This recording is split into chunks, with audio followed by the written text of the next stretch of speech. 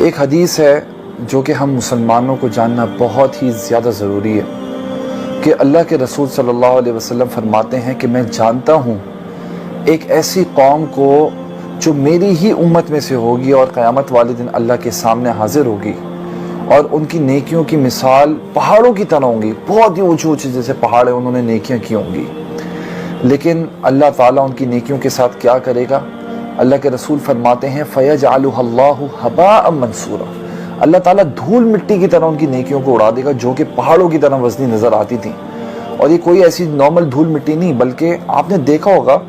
جب سورج کی کرنیں پڑتی ہیں تو اس میں چھوٹے چھوٹے آپ کو ذرات نظر آتے ہیں، تو اللہ تعالیٰ ان ذرات کی مثال کر دے گا ان کی نیکیوں کو۔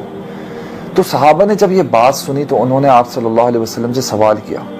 اے اللہ کے رسول ایسے کیا اعمال ہوں گے ان کے، کون ہوں گے وہ لوگ تاکہ ہمیں پتہ چلے ہم ان لوگوں میں سے نہ ہوں؟ تو آپ صلی اللہ علیہ وسلم فرماتے ہیں یہ تمہارے ہی بھائی ہیں، اور جس طرح تم نمازیں پڑھتے ہو اس طرح وہ بھی نمازیں پڑھتے ہیں، راتوں کا قیام کرتے ہیں، لیکن بات صرف اتنی سی ہے کہ جب وہ لوگوں کے سامنے ہوتے ہیں تو ان کی نیکیاں ظاہر ہوتی ہیں، وہ بہت اچھے ہوتے ہیں، ان کے اخلاق، ان کی عاجزی، اس طریقے کے ان کی اچھائیاں ان کی نظر آتی ہیں لوگوں کے سامنے، لیکن جیسے ہی وہ تنہائیوں میں چلے جاتے ہیں، لوگوں کی نظروں سے اوجھل ہو جاتے ہیں، جب ان کو یہ ڈر نہیں ہوتا کہ کوئی نہیں دیکھ رہا ان کو، تب اللہ کی جتنی بھی حرام کردہ چیزیں ہیں، جو کام اللہ تعالیٰ نے حرام کیے ہیں وہ ان میں پڑ جاتے ہیں، چاہے وہ چھوٹے کام ہو یا بڑے کام ہو، اور یہ وہی حرام کام ہوتے ہیں جو وہ لوگوں کے سامنے کرتے ہوئے ڈر رہے ہوتے ہیں کہ معاشرہ ان کو تانا نہ دے۔ تو یہ وہ لوگ ہیں جن کی نیکیوں کو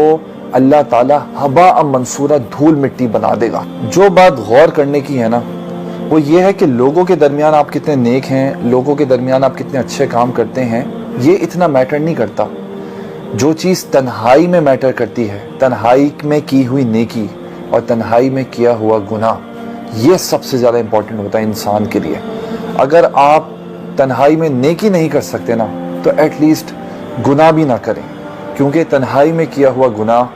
لوگوں کے درمیان کی ہوئی نیکیوں کو بھی برباد کر دیتا ہے۔ جزاک اللہ خیر۔ دین کی بات پھیلانا صدقہ جاریہ ہے، ثواب کی نیت سے ویڈیو کو شیئر ضرور کیجیے۔ جزاک اللہ۔